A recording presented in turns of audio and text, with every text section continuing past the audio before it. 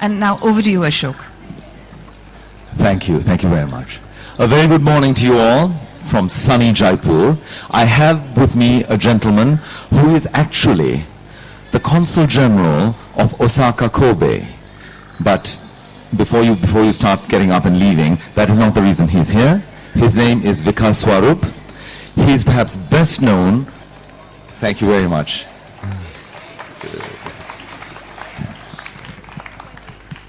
That's always a problem with me, Ashok, that people now tend to remember me more as the writer than as the diplomat. Yeah, I'm going to ask you about that later because it must be quite tricky for you, you know. I mean, as a writer, I'm sure you have friends who perhaps your diplomatic self wouldn't want to be associated with. Well, I think more problematic is that people have some difficulty in sort of identifying a diplomat as a writer.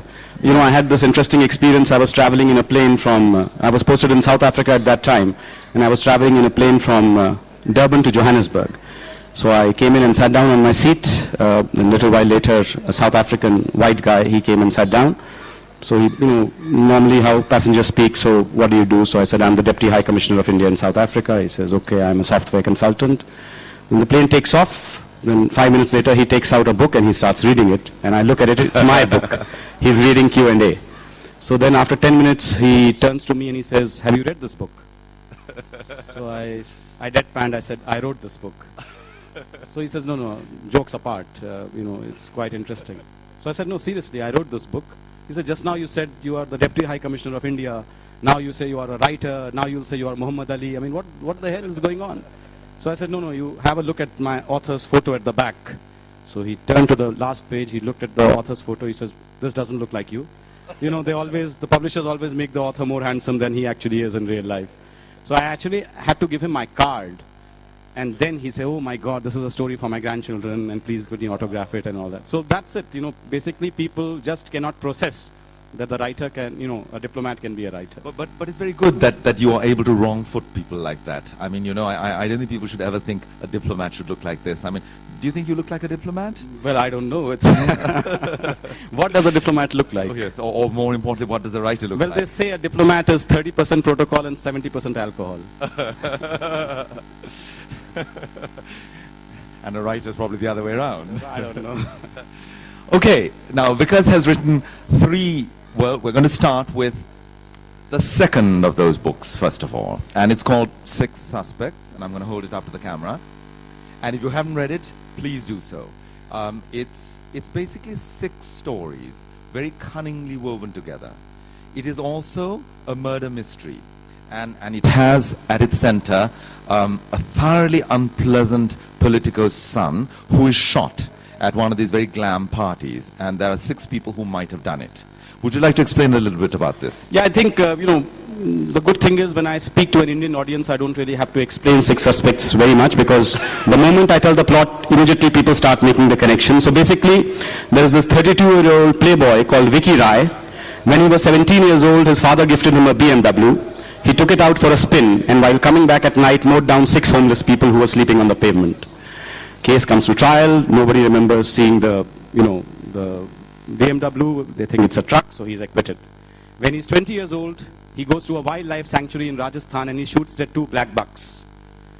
Again, he's arrested. Case comes to trial. Within 6 months, the only eyewitness, the forest ranger, dies mysteriously. He's acquitted again. When he's 25 years old, he decides to hold his birthday party at Mango, very trendy pub on the Delhi-Jaipur highway. At midnight or at 2 o'clock at night, he staggers to the bar and asks for a drink from the bartender.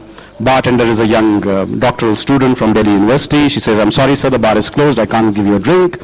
He gets so enraged, he takes out his revolver, shoots her dead on the spot. Again, he's arrested. Case comes to trial. Trial drags on for 7 years. 6 eyewitnesses who had seen him shoot the girl retract their testimony. You know, the ballistics report says that the 2 bullets were fired from 2 different guns. Eventually, he's acquitted. To celebrate that acquittal, he holds the biggest party of his life at his farmhouse in Mehrauli. 400 people are there. Everybody's enjoying themselves. Imported liquor is flowing. Girls in bikinis are frolicking in the swimming pool. You know, everybody's having a great time. At midnight, suddenly the lights go off and a shot rings out. Lights come back on 10 seconds later. Somebody has shot dead Vicky Rai. Now, you know, when you go to a party and the host gets shot, then You're in trouble. you are in trouble. Everybody is sort of checked. The police seal the farmhouse. They don't allow any of the guests to leave.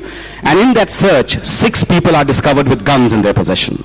So they become the 6 suspects. So what I've told you is like the first 20 pages of the novel. The rest of the novel is really the backstories of these 6 suspects. Who are these 6 people? What were they doing in the farmhouse? Why did they have a gun? Which one of them is the murderer? Do you want to read a little bit? Just a tiny bit. Or was that enough? Okay. Now the 6 characters cover a very broad spectrum of Indian society. You have a tribal from the Andaman Islands, people who still shoot with bows and arrows. He comes to mainland India in search of a stolen relic. You have a mobile phone thief, Munna Mobile, who steals mobile phones for a living. You have Larry Page, an American from Waco in Texas, who drives a forklift at the Walmart in Waco, and who believes the Star Spangled Banner was written by Stevie Wonder. You have Mohan Kumar, the retired chief secretary of Uttar Pradesh, a great womanizer and a very thoroughly corrupt bureaucrat, who's suddenly infected by the spirit of Mahatma Gandhi. You have, let me now see, because it's been such a long time since I wrote this book. You have the father of Vicky Rai, Jagannath Rai. He's a mafia don. He always carries a gun, so he's also at the party, and that's why he also becomes a suspect. And the most interesting one, in my opinion, is the actress, Shabnam Saxena. So I'll just read a little bit of an excerpt from Shabnam's diary entries. This book is a polyphonic narrative. All the stories are narrated in different voices. Some are first person, some are third person. One is just a transcript of a phone conversation, and Shabnam's story is entirely through diary entries. Okay. Now she's talking about how she receives 5,000 fan letters every day. As a rule, Rosie is her publicist. As a rule, Rosie does not open letters marked personal or confidential. These come directly to me and have provided me with hours of amusement. India is the most star-struck nation on earth. Every second person wants to become an actor, come to Mumbai and make it big in Bollywood. These wannabes write to me from dusty villages and corner pawn shops, from malaria-infested swamps and tiny fishing hamlets.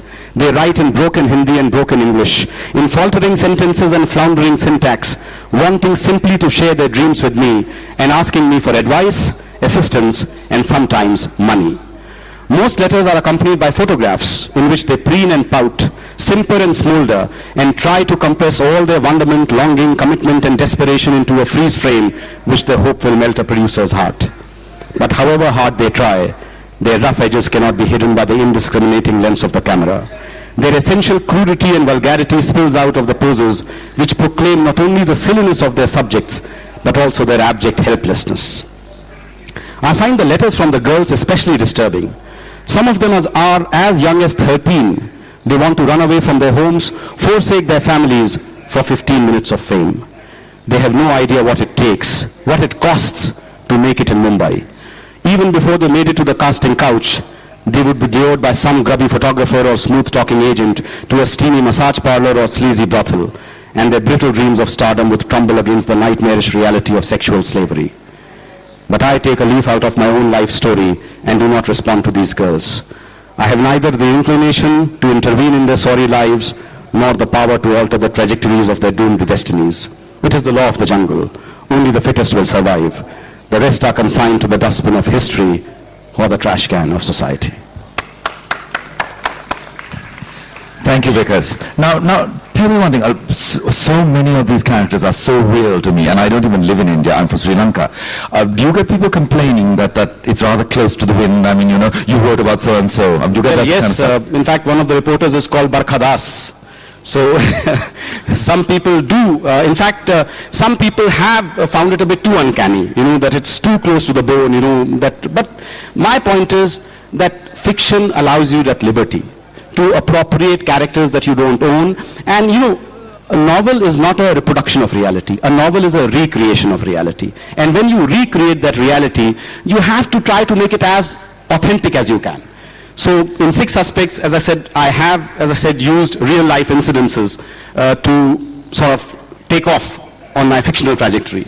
The BMW case, the Jessica Lal case, and the Black Bucks case. But then this happens, as I said, in the first 20 pages of the novel. The rest of the novel is really an exploration of the backstories of these 6 people and which one of them is the murderer. It is also like a murder mystery in the best possible tradition. I mean, do you have any authors that you like who write Absolutely. like this? You know, I mean, growing up, I was a sucker for the thriller and mystery genre, and I read each and every thriller and mystery book that I could lay my hands upon. You know, Alistair MacLean, Desmond Bagley, Agatha Christie, Earl Stanley Gardner, you name it, I read them all.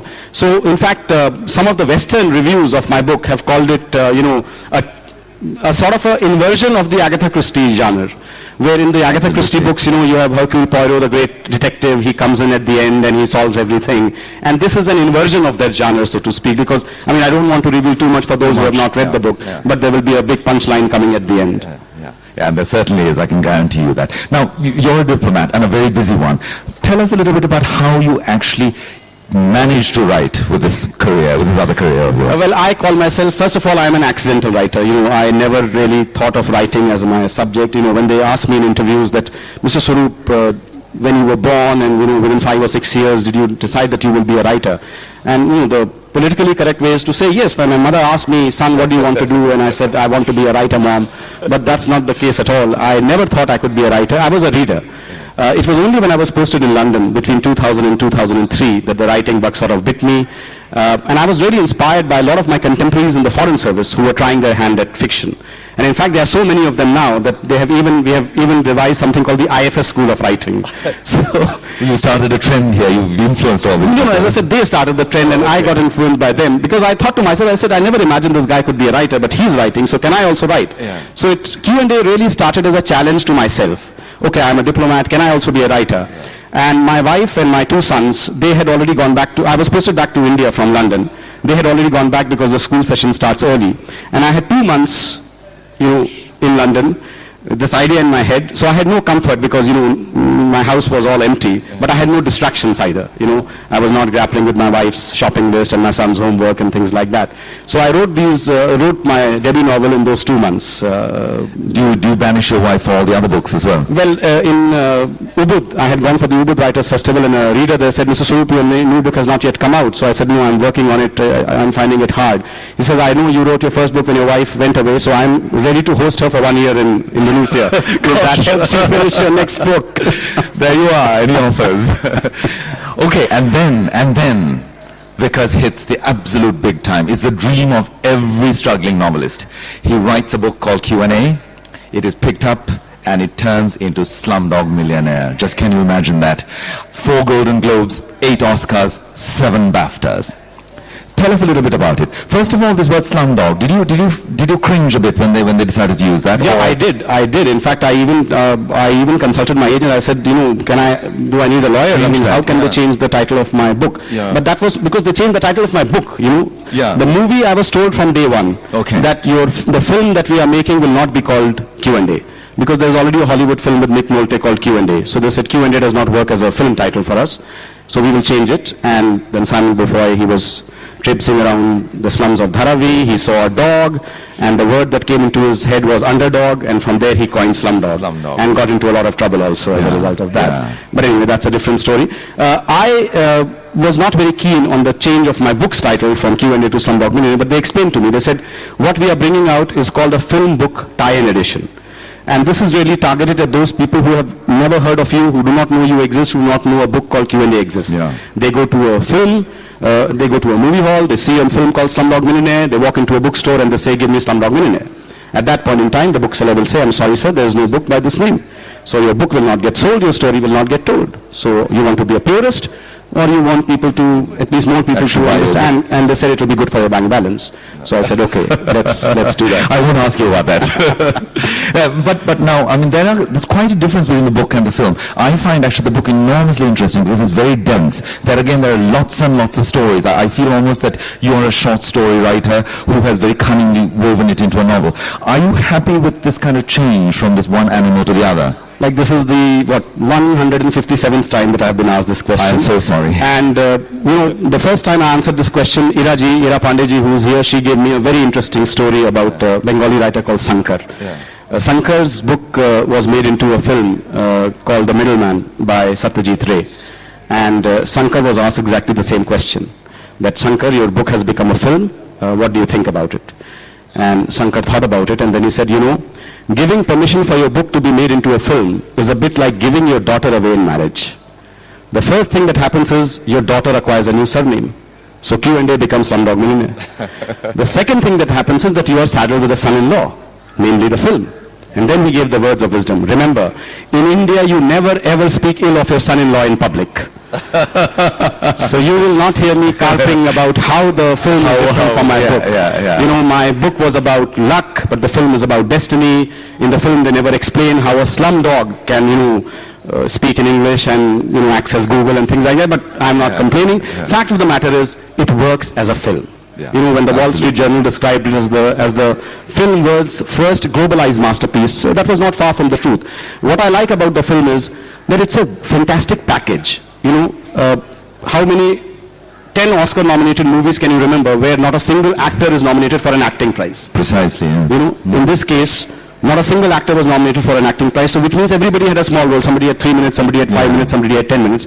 But the way Danny Boyle put the package together, you know, with fantastic acting by the child actors in particular, great music by A.R. Rahman, and absolutely wonderful cinematography by Anthony Rod Mantle, I think that package really worked. And it caught the imagination of the world. Absolutely. Gosh. I think we need you to read a little bit from the book.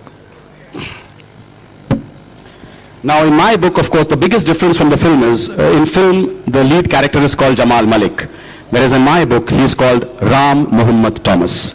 He is an orphan. He's, you know, when he was born, his mother dumped him in a trash can outside a hospital, outside a church rather, and went away. And he was adopted by a priest. And he lived for 6 years in the priest died, and he was sent to a juvenile home. So I'm going to read a portion of his life in the juvenile home.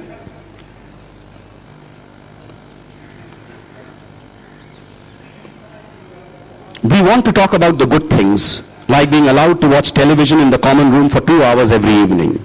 We huddle around the 21-inch Dianora TV and watch Hindi film songs on Channel V and middle-class soaps on Doordarshan. We especially like watching the films on Sunday. These films are about a fantasy world, a world in which kids have mothers and fathers and birthdays, a world in which they live in huge houses, drive in huge cars, and get huge presents. We saw this fantasy world, but we never got carried away by it. We knew we could never have a life like Amitabh Bachchan's or Shah Rukh Khan's.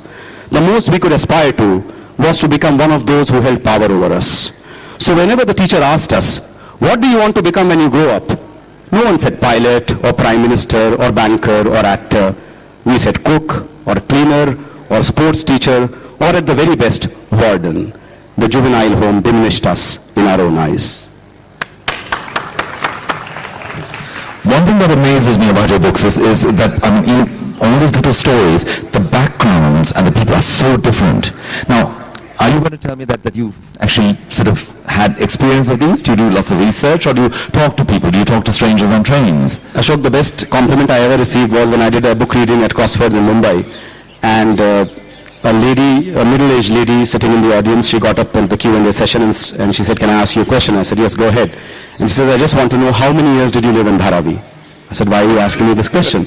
She said, because I live in Dharavi, and reading your book, I could smell Dharavi. You know, so, because you have written it in such an authentic way, I wanted to know how many years, maybe your house was next to mine in the next alley or something like that. So I'm very sorry to disappoint you, but forget about living in Dharavi, I have not even visited Dharavi. No. But I had visited slums. So I did my research, and then in my mind's eye, I multiplied the slums I had been to, by 1,000. And I said, maybe that will give me a picture of Dharavi. So I think research is very important. It allows you to create an authentic backdrop, but eventually research can only take you part of the way. How do you enter the mind of a slum dweller, for instance? For that, in my opinion, you need the quality of empathy. So you have to become that character in your own universe, so to speak, and try to imagine life from that perspective, and that's what I try to do with Q. And then you've done it very well, obviously. I mean, you obviously have that ability to leap, that leap. But I think that leap of faith is very important in fiction, because as I said, fiction is appropriating characters that you don't own. Because none of us knows the second person, we know only ourselves.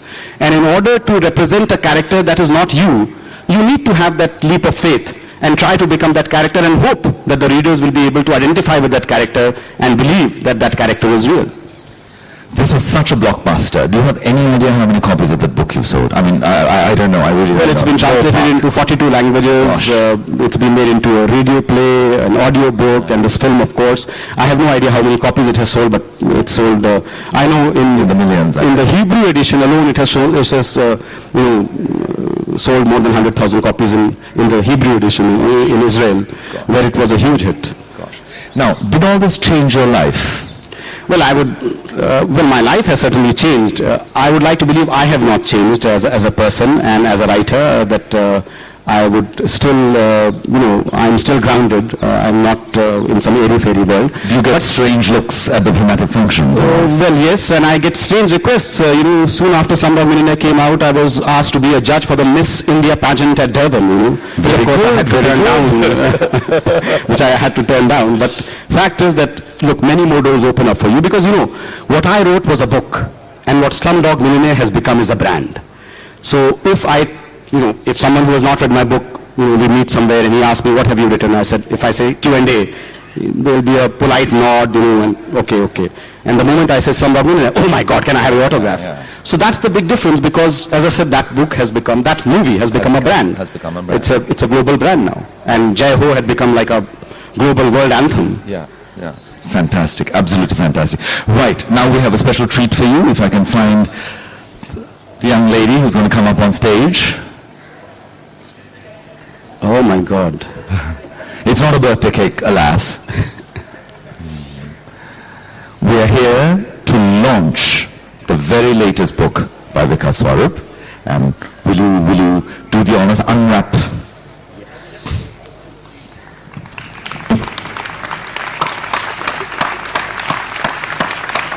Here it is.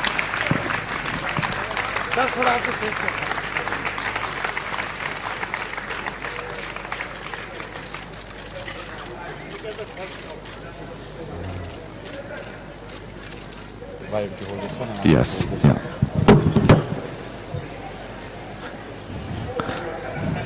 The Accidental Apprentice, available in the bookstore just up there, I'm sure. I don't know how many copies there are now, but there won't be any by the end of the day. Jaipur is the only place where they are available right now. There you are. The rest of the country, it releases on 31st of January. So today it's only available in Jaipur. She already has a copy. Yes. Oh, you've got a copy. Gosh, well done. Okay. In a way, it's a bit like childbirth, It's maybe not as painful, but the gestation period is way longer, certainly. But anyway, to see a book, actually, today is the first time I'm actually seeing the physical copy of the book. So far, I had only seen the electronic version, so I'm also sort of holding it in my hands for the first time.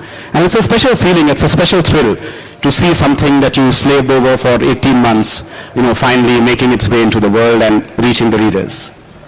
And is it very important to you that feeling of touch and smell and so on? Well, Ashok, as you know, we are living in a digital age, and Amazon says they sell more Kindle editions than they sell print editions, so maybe in 10 years' time this will disappear.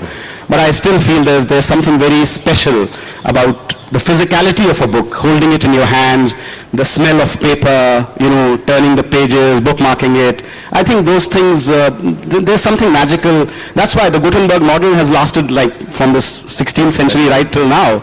So there must be something about it that, LP records have gone and tapes have gone, but books have still survived.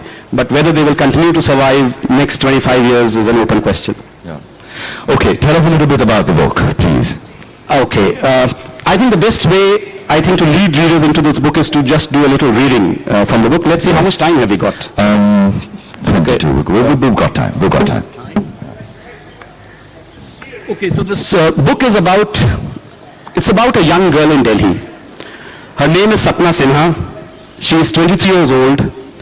She works as a sales girl at this electronics boutique called Gulati and Sons in Connaught Place in Delhi.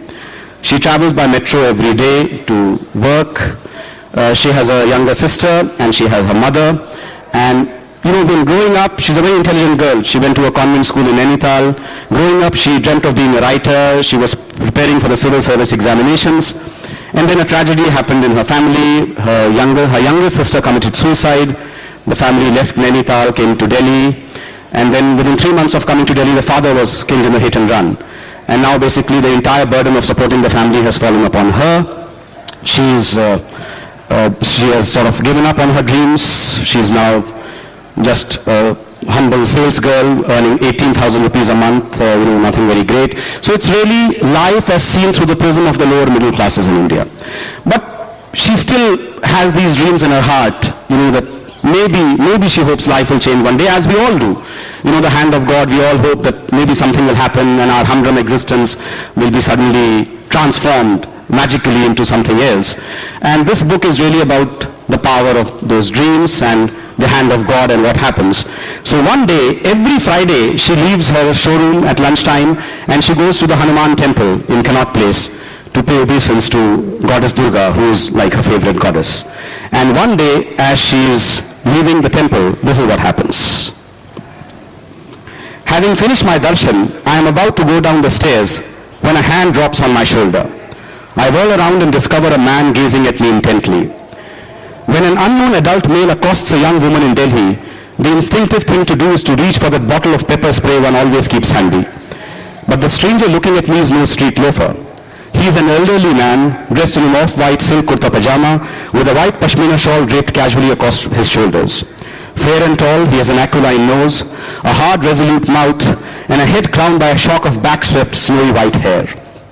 A vermilion tika adorns his forehead. His fingers are loaded with rings glinting with diamonds and emeralds, but it is his penetrating brown eyes that unsettle me. They seem to search me with a directness I find slightly intimidating. This is a man who likes to be in control. Could I have a word with you? He asks in a clipped tone. What do you want? I respond curtly, less acerbic than I would normally have been out of respect for his age. My name is Vinay Mohan Acharya, he says evenly. I am the owner of Acharya Business Consortium. Have you heard of the ABC Group of companies? My eyebrows arch in acknowledgement. The ABC Group is well known as one of India's largest conglomerates, making everything from toothpastes to turbines. I have a proposition for you, he continues, something that will change your life forever. Will you give me 10 minutes to explain? I have heard these words before, from pesky insurance peddlers and door-to-door detergent salesmen, and they always make me wary. I don't have 10 minutes, I say. I have to return to work. Just hear me out, he persists. What is it? Say it. I would like to give you a chance to become the CEO of the ABC Group of companies. I am offering you the opportunity of heading a business empire worth $10 billion. Now I know he is not to be trusted. He sounds just like a confidence trickster, no different from those ubiquitous hawkers on Janpat trying to flog shoddy Rexine bells and packs of cheap handkerchiefs. I wait for that half smile that will tell me he is kidding, but his face remains impassive. I am not interested, I say firmly, and begin descending the stairs. He follows me. You mean to say you are turning down the offer of the century? More money than you will see in 7 lifetimes? His tone is sharp, cutting like a whip. Look, Mr. Acharya, or whoever you are, I don't know what your game is, but I'm not interested in playing it. So please stop pestering me, I say as I retrieve my Bata slippers from the old lady at the temple entrance, who safeguards unattended footwear for a small tip. I know you probably think this is all a joke, he declares, slipping into a pair of brown sandals. Well, isn't it? I've never been more serious in my life. Then you must be from a TV prank show. I suppose the moment I say yes, you will show me the secret camera that's following you around. You expect a man of my stature to be doing silly TV shows? Well, isn't it silly to be offering your business empire to random strangers? It makes me doubt if you are even who you say who you are. Good point, he nods. A little skepticism is always healthy. He reaches into his kurta's pocket and retrieves a black leather wallet. Extracting a business card, he offers it to me. Perhaps this might convince you. I examine it cursorily.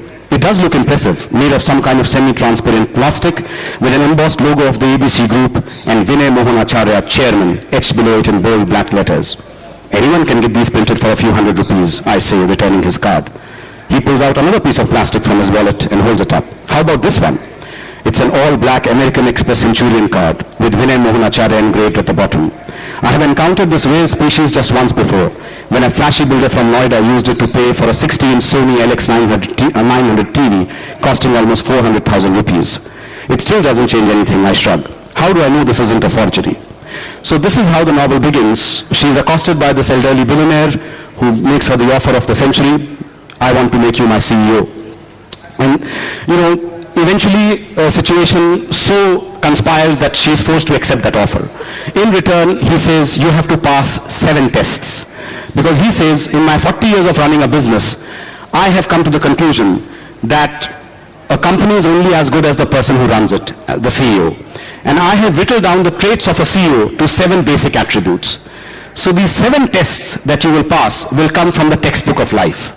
And they will tell me whether you have the qualifications to become a CEO or not. And if you pass, you of course become my CEO, $10 billion company is yours, and if you fail, I'll have to look for someone else. So what I told you is like happens in the first 15, 20 pages of the novel, and the rest of the novel is really how these 7 tests unfold, and how Sapna discovers herself through the medium of those 7 tests. So they're like little parables, actually. Yeah, I would call it a moral fable wrapped up in a thriller.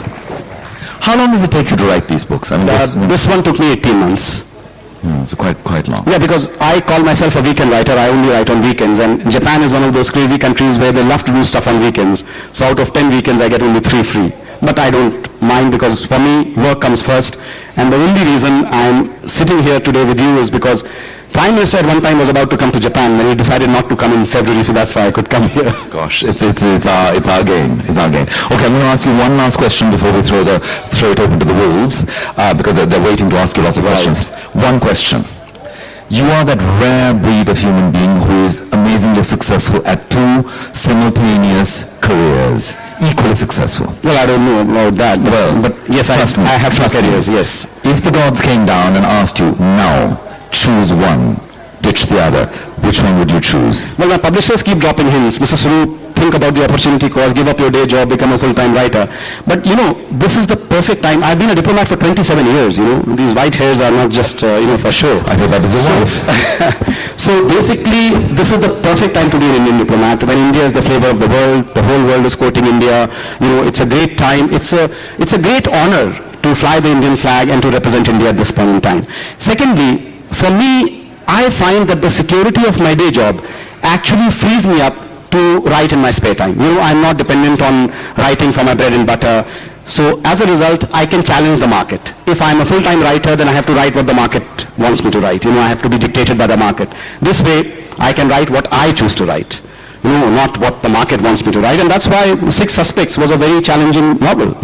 It's not an easy novel. As I said, the world is not black and white, it's a world of gray. So it's a difficult book to write, but I wrote it because, I said, okay, even if it bombs, even if it flops, no problem. I have my day job. So I think for me, I would hopefully not want to make that choice. I would like to keep both these, it's a schizophrenic existence, but, writers in any case are going to be schizophrenic. Although he still hasn't answered the question, but I won't push him on this one. Ladies and gentlemen, Vikas Swarup. Thank you for coming, and as I said, I'll be happy to answer any questions you might have. Do we have any mics? Okay, the first hand has gone up. No mics? Then we have to do it without, okay, here's I was wondering how much of your time goes into doing research as opposed to writing. You said you spent 18 months on this. How much of it was doing research, and also with 6 Suspects and Q&A, how much was research versus actual writing? Thank you. No, research is very important, especially because, I tend to write about things that I do not personally deal with. I write about murders and mayhem and, stuff like that. So these are things that I do not have personal knowledge of. So research becomes very, very important, and I do a lot of research. But I think the important thing is, there are some writers who do so much research that they want to put all the research into the novel. And there's a very good illustration of this in that joke about, I don't know if you heard this joke or not, about Sherlock Holmes and Dr. Watson. Sherlock Holmes and Dr. Watson, they go to a camping trip, and they see the park or whatever they are seeing, and at night basically they crawl into the tent and they go off to sleep after a bottle of red wine. And around 3 o'clock at night, Sherlock Holmes nudges Watson and says, Watson, wake up. So Watson wakes up, and Sherlock Holmes says, tell me, what do you see? And Watson looks up and he says, Sherlock, I see millions and millions of stars. And he says, and what did you deduce from that? And Watson thinks about it and says, well, it tells me horologically that the time is about 3:15. Astrological perspective, I see Saturn is in Leo. So he rattles off all these things, saying that, thinking that, what a great deduction he's doing. And what does it tell you, Holmes, by the way? And Holmes says, Watson, you idiot, it means somebody has stolen our tent. So that is the thing, you see, that you have to keep the larger picture always in mind. So I do a lot of research, but then if I do, let's say, 100% research, maybe only 15% of it actually filters into the novel. Because I don't want my novel to be overpowered by the research. I think that's very important. But research is very important because, for this book, I had to research so many different things because I'm writing about Khap Panchayats, I'm writing about, the kidney racket and things like that, which I had no direct knowledge of. So I had to read up a lot of stuff. For my second book, of course, the maximum research I had to do, because one character I have created is a tribal from the Andaman Islands. People who live in the Stone Age still shoots with a bow and arrow. How do I get inside the mind of that character? So my research would tell me, okay, this is what they eat, this is how they hunt, this is how they pray, this is how they get buried. But still, it does not tell me how do I get inside the mind of that character. So there, as I mentioned, you need that leap of faith, the quality of empathy. Thank you. Well, Yeah. Madhu, I think Madhu, my old friend, has the most important claim. विकास मैं तुमसे केवल एक चीज पूछना चाहता हूँ, तुम इतना अच्छा लिखते हो, लेकिन ये सारी बातें हिंदी में क्यों नहीं लिखी जा सकती, उसका क्या कारण? नहीं, हिंदी में भाई देखो 25 साल से तो अंग्रेजी में गेटर पेटर कर रहे हैं क्योंकि फॉरेन सर्विस ज्वाइन करवा दिया तुमने. बट मैं ये बहुत फख्र के साथ कह सकता हूँ कि जो Q&A का जो हिंदी अनुवाद है, Q&A was translated into Hindi and I did that translation. So ये कम से कम एक भाषा तो मैं जानता हूँ, तो हिंदी में वो अनुवाद किया है. बट ये तो फैक्ट है कि क्योंकि फॉरेन सर्विस में, in the foreign service, your day-to-day job is basically mediated through English because that's the global language. In Japan, I cannot start talking to a Japanese in Hindi. Although I must say, we have a Professor Mizukami there who studied in Allahabad, and he speaks to me in fluent Hindi. His Hindi is better than mine, in fact. So the fact of the matter is, because we get so used to working in English, and because I went to an English medium school, there I think you get the ability to think in both languages. And once you can dream in English and Hindi, you can write in either language. And of course, for me, it's easier to write in English because, I am more, I would say, familiar now with the English idiom. In Hindi, I can write, I speak every day to my wife in Hindi, I speak in the office in Hindi. But when it comes to writing, then, because you have not practiced writing Hindi for such a long period of time, that you do tend to suffer from disuse. But having said that, if the opportunity arises of translating my second book also into Hindi, I would happily devote 6 months of my life and do that. आप एक publisher ढूंढिए साहब, जनाब. Hello. Hello. बोलिए. See, I am. Vikas, you are one of the greatest authors India has ever produced. But why is it my hint is Namita is not here, Sanjay is not here. My question is very simple and direct. Where is the Hindi publication industry to support good writing in Hindi? Don't you agree? And that is why I'm here specifically for your book today, and my only request is that your next grand epic should be in Hindi. नहीं, बिल्कुल सही आप कह रहे हैं. और in fact, growing up, all my formative influences were in Hindi. मैंने तो, before I wrote my book, I had only read Hindi writers. I had read Premchand, Upendra Nath, Harivansh Rai Bachchan. In grade 4, I read all of Harivansh Rai Bachchan's books. Amitabh Bachchan's father. In grade 4, I had finished all his प्रवास की diary, क्या भूलूं क्या याद करूं, नींद का निर्माण, फिर सब मैंने पढ़ डाली थी. तो मैंने तो all my formative influences were actually Hindi writers. और I think the biggest tragedy in India is that we do not translate enough of our writers. We do not have a culture of translation. Millions of writers are there who are 100 times more talented than I am, who the world has not known at all because they have not been translated. Because fact of the matter is, everything is mediated through English. Or maybe some writers get translated directly into French, for instance. But unless your book gets made into an international language, like English, the rest of the world, वो कहते हैं जंगल में मोर नाचा किसने देखा, तो वही वाली बात हो जाती है. That's what happens. So it's a tragedy, but I hope, through Yatra and other such, publishing ventures, we will be able to create that culture of translation. I am almost afraid of asking you this ये कहाँ से question. अपना हाथ उठाएं पहले कहाँ? अच्छा, okay, right. I'm almost afraid of asking you this question because when the movie came out, many people were troubled by the reality that you had represented in that book, particularly of the slum dogs and their lives. Now, I would like to know whether as a writer and as a diplomat, you yourself were bothered by the conditions of life that you had created in your book, and you wanted to more actively do some social service rather than, just write about it?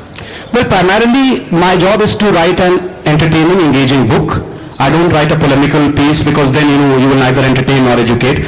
But I always say my books do not have a message, but they have a conscience. That's what I always like to believe, that there is a conscience in my books.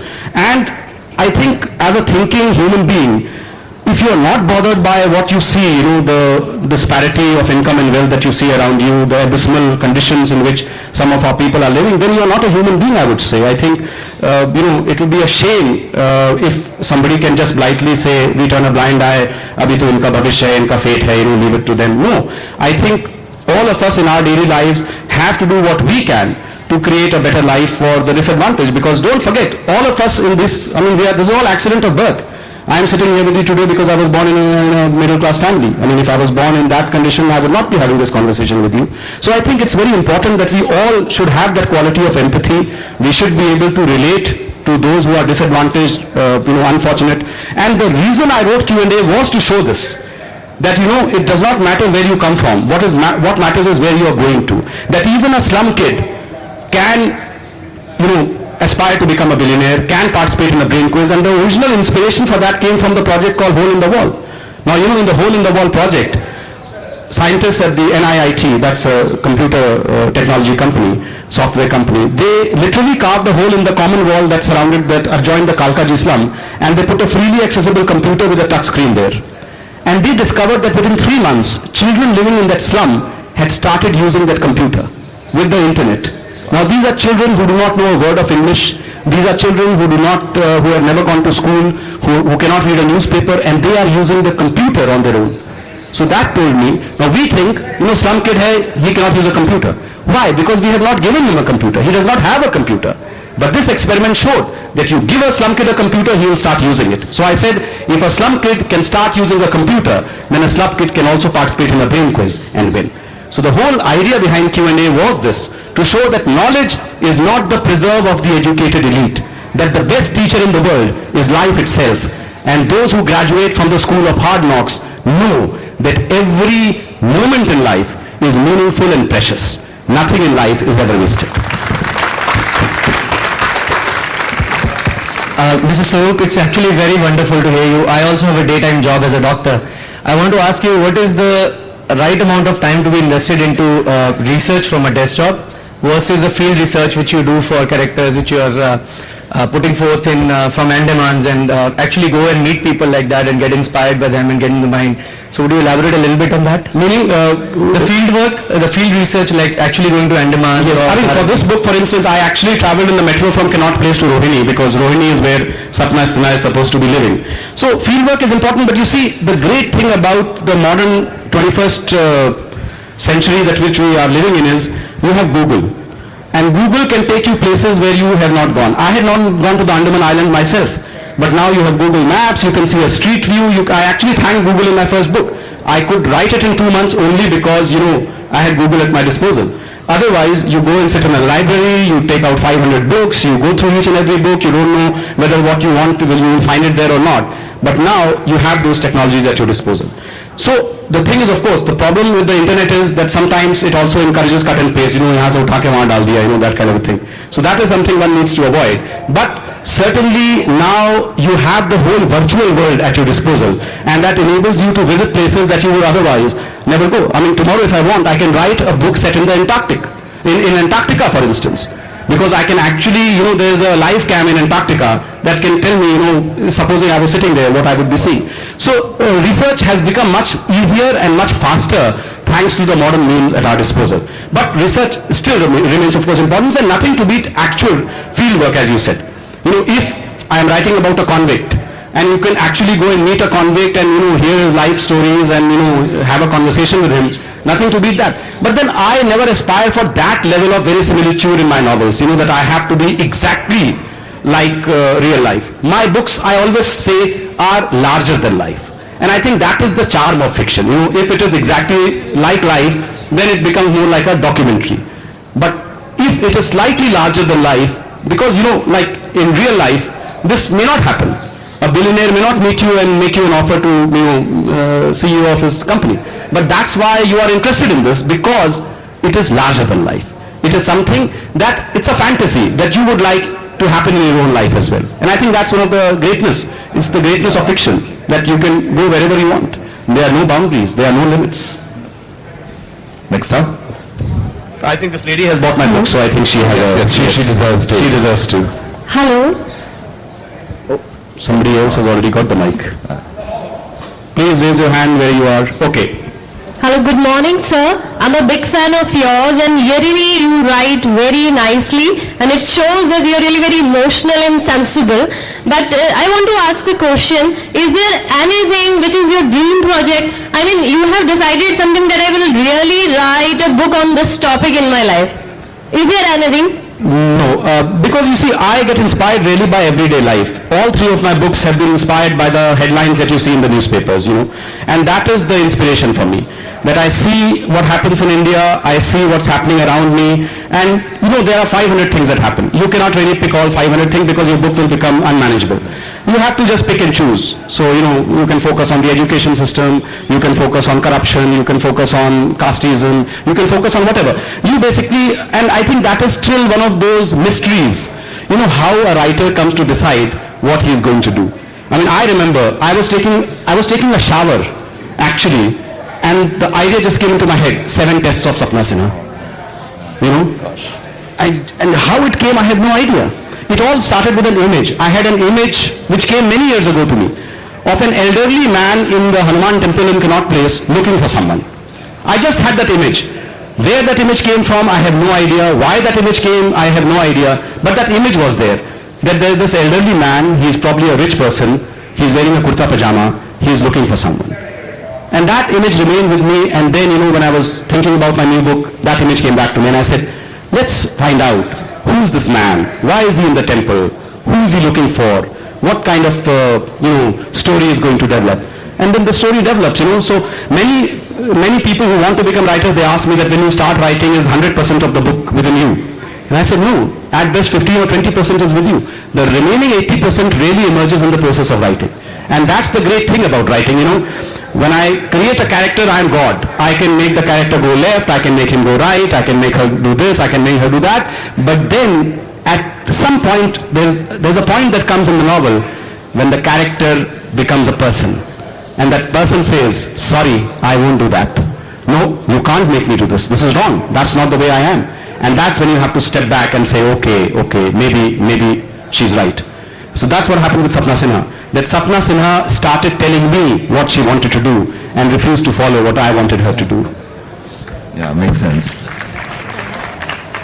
Okay, we have the lady here. Because I met you in the Urban Festival when you were being interviewed with Deepika Shetty. And I see in the picture you put on your blog also. And I still have to tell you my favourite character from Six Suspects was Gandhi, the person who thought he was Gandhi. I just thought that was so funny. Still gives me delight. You mentioned at that time that there might have been a BBC series about Six Suspects. Did that ever eventuate? They were in talks with HBO to make a series, but finally they have decided to make a film. So Starfield Productions and BBC, and now Working Title has also joined the project. And they have just, the screenplay has been written by John Hodge, who wrote the script for The Beach, Trainspotting, Shallow Grave, 3 of Danny Boyle's films in fact. And they have just appointed Pablo Tropero. He's an Argentinian director. His most recent film was called The White Elephant. He has never done an English film in his life, but they are very confident that, he's the guy for the job. So Pablo Tropero is now looking at the script, John Hodge's script, and if all goes according to schedule, then from next year the shooting should begin. Fantastic. Who's next? In the film, Mike. In the film Slumdog Millionaire, Amitabh Bachchan is mentioned. Where are you? Raise your hand, please. Okay, yes. Amitabh Bachchan is mentioned. Did you write the screenplay? You had the idea about that? For Amitabh Bachchan to be this quizmaster? No. In the beginning of the movie, Amitabh Bachchan is mentioned. Yes, and there's the shit scene. No. Yes. It's not in my book at all, and that was definitely not, that smelly scene was definitely not in my book. Okay. No, you see, the film people took a lot of liberties. I think they stuck to the integrity was shown in the sense that they stuck to the narrative structure of the novel. The novel's narrative structure has been copied exactly into the movie, but then they took only 3 or 4 of the stories from the book and they added some new stories of their own.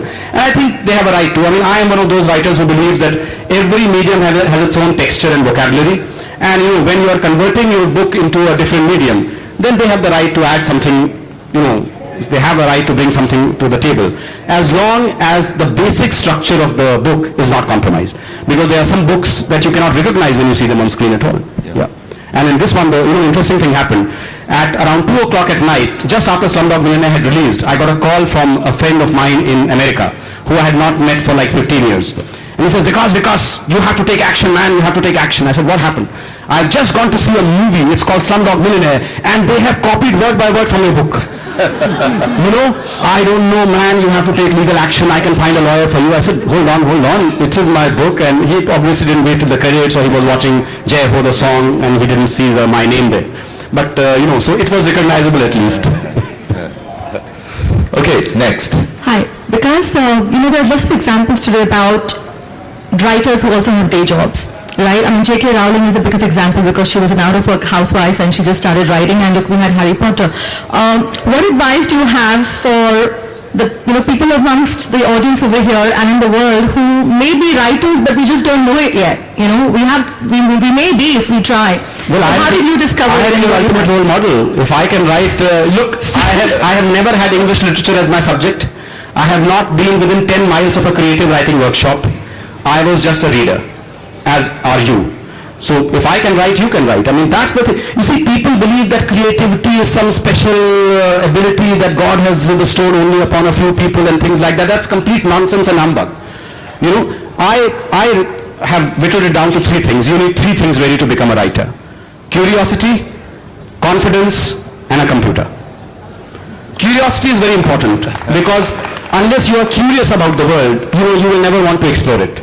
After all, apples had been falling on people's heads for centuries, but only Newton discovered the laws of gravitation, because he was curious about it. Confidence is very important because, writing is about having the confidence that what you have written would be of interest to others outside you. Because without that confidence, if you feel that, oh my God, it's my grandmother's story, will it be of interest to somebody else? Well, many grandmother's stories are of no interest to anybody else, but you have to have the confidence that my grandmother's story has some universal qualities and values and emotions which the rest of the world will be able to relate to.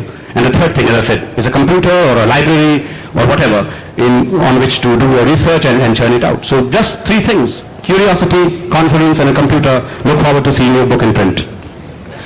Okay, we have time for a couple more.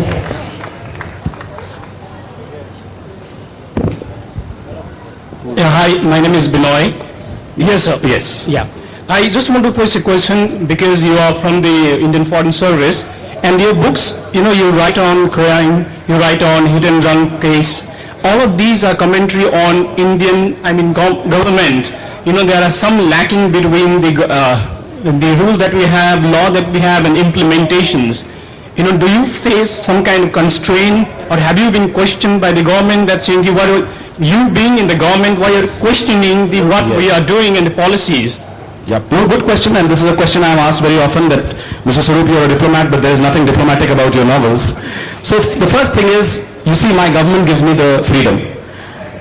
When our civil service rules were framed, I think they were the most enlightened rules. Do you know that when I write a fiction book, I don't even have to show it to the government. In fact, I don't even need government's permission to publish a book.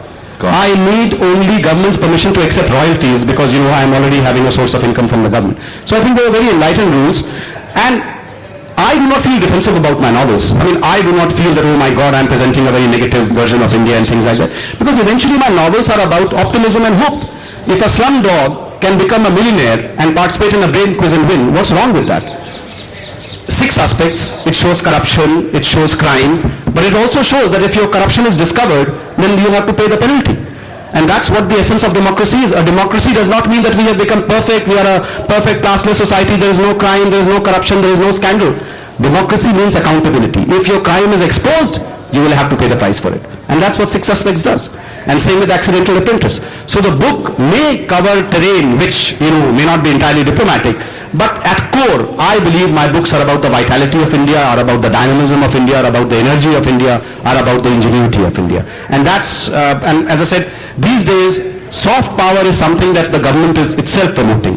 And my books feed into that. The Indian literature in English is now very much part of projection of India's soft power. In fact, government itself has sponsored me on a couple of trips that please go and speak here or there. So I'm very glad that, I have the freedom and the flexibility to write what I choose to write, provided, of course, it's fiction. I mean, that's very important. Okay, over here. Hi, I had a question about exactly what you said about the fiction. When you said it's safe as long as it's fiction, but Six Suspects is very closely picking up 3 separate stories and blaming it on one individual. Correct. And I believe you. You're a very believable writer. So how far can you take that liberty? So for instance, Indu Sundaresan has written 3 novels, which is a trilogy on the 3 Mughal queens. Yes. When I read that, I believe that Noor Jahan led that life. And there is a certain accountability that comes with going to the library, doing research, and calling it a fiction gives you that little bit of leeway. But your story, is it the same person who did all 3 crimes? But that is the way the fiction comes in, because you know that in real life, one person has not done the 3 crimes. But I may not know. No, I know, but you see, but that's the whole thing. When you create, as I said, a novel is not a reproduction of reality, it is a recreation. And in that recreation, you have the freedom and the flexibility, because a novel does not follow the rules of physics, it follows the rules of the writer.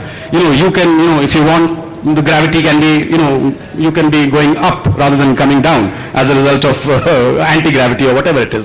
So that is the freedom that you have as a fiction writer. And when somebody picks up your book and reads it, of course they get an insight into India. But then I'm sure they are intelligent enough to realize that there is a fictional veneer to what I'm writing. So the idea is you touch upon certain issues, but in a fictionalized way, so that you are able to convey the message and yet you're not being heavy-handed about it. As someone said, I'm not interested in what the writer has to say, I'm more interested in what the writer whispers. So that is what I try to do through my novels. I whisper certain things, and you get the drift, and at the same time, the veneer that it's fiction is maintained. And that's a must, otherwise you cannot really, you do not have that much of a freedom otherwise to write if it was not the veneer of fiction. Fiction, as I said, provides you the protective umbrella. That they have to be fiction. In my first book, there is no quiz show called Who Will Win a Billion. They're offering 1 billion rupees as the prize money. But we all know it's inspired by Who Wants to Be a Millionaire. I could not use Who Wants to Be a Millionaire because they would have sued me, because I'm showing that they are corrupt.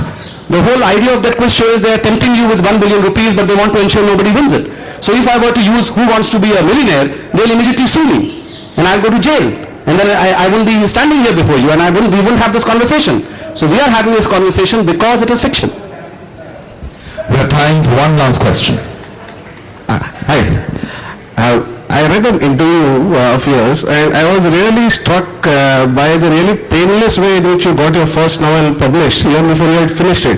And I thought that was amazing. Could you just tell everybody, I mean of course, about the details of how that thing happened? Well, that story takes, I think, 22 minutes. We don't have the time for that. But let me tell you, yes, I call myself a lucky writer. There are writers who have written 15 books, none of which has been published. They are locked up in their Almira. Manuscripts are gathering dust. I wrote just this first novel. But I was very strategic about it. I said, I don't want to be a writer who writes a full 300-page novel. It doesn't get published. It's a waste of time.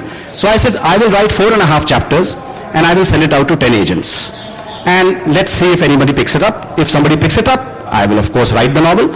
If nobody picks it up, fine, goodbye, tata to being Vikas Swarup writer, you will be Vikas Swarup diplomat only. So that was the intention. So I had these 2 months left, as I told you. In the first month, I wrote 4.5 chapters and I sent it out to 10 agents. Now these were agents that I had picked up from Arundhati Roy's book, David Godwin was her agent. So I said, these are people at least who are interested in Indian fiction. So let's see. So I sent it out to these 10 agents and I didn't hear back from them at all. Because agents also have a slush pile. half a kilometer high. So they also take their own sweet time. And then one day I was, just browsing the internet, and I came across a website called everyonewho'sanyone.com. And there is this failed American writer who got so frustrated that none of his books were being published. He put the entire correspondence with all the publishers and agents on the web, including the personal emails and phone numbers of all the publishers and agents. So there I come across an agent called Peter Buckman. And Peter Buckman says that, look, I'll be happy to advise you about your book. Send me 2 chapters, either by snail mail or email. So I said, hang on. First agent I have ever met who's ready to accept submissions by email. So I said, what have I got to lose? I had 4.5 chapters on my hard drive. I emailed him 2.5 chapters. This was on a Wednesday. On a Thursday, when I come to office, there's an email from him, Dear Vikas Swarup, I read the 2.5 chapters you sent me. I greatly enjoyed them, and I would like to read more.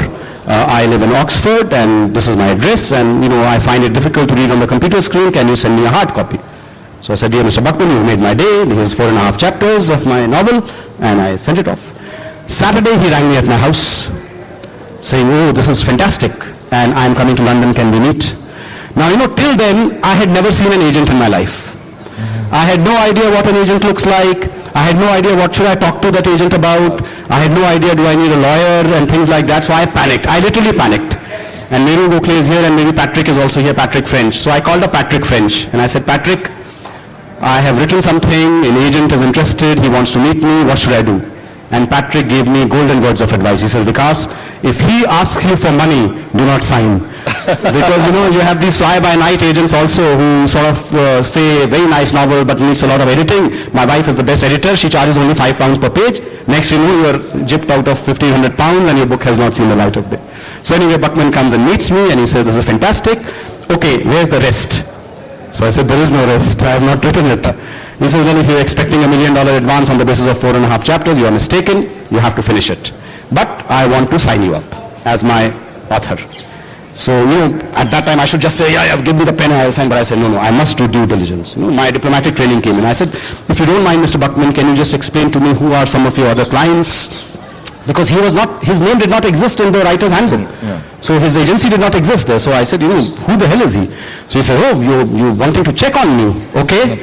Have you heard of Ian Fleming? I said, James Bond, yes. Well, we represent Ian Fleming. I said, oh my God. Have you heard of Eric Ambler? I said, yes, we represent Eric Ambler. Have you heard of Georgette here? I said, say no more, where do I sign? So he signed me up, and then when the book was published, then he revealed to me I was his first client. So he was in partnership with another guy called Peter Jansen Smith, and that's why the agency is called the Ampersand Agency. Ampersand is the and sign. So Peter and Peter. So all 3 were clients of Peter Jansen Smith, not of Peter Buckman. I was his first client. So look, serendipity. If I had not been browsing the web that day, I may not have come across him. All the 10 may have rejected me. I may not be having this conversation today. So it's all, what has to happen has to happen. What an inspiring story. Ladies and gentlemen, Mr. Vikas Swarup. Thank you so much, and I hope those of you who buy The Accidental Apprentice will enjoy it. Thanks. Thank you so much for coming here today. Thank you. Thank you so much. Very interesting session. For anyone who's interested, copies of the book Accidental Apprentice are available at the bookshop. The publisher has made a special effort to get them here.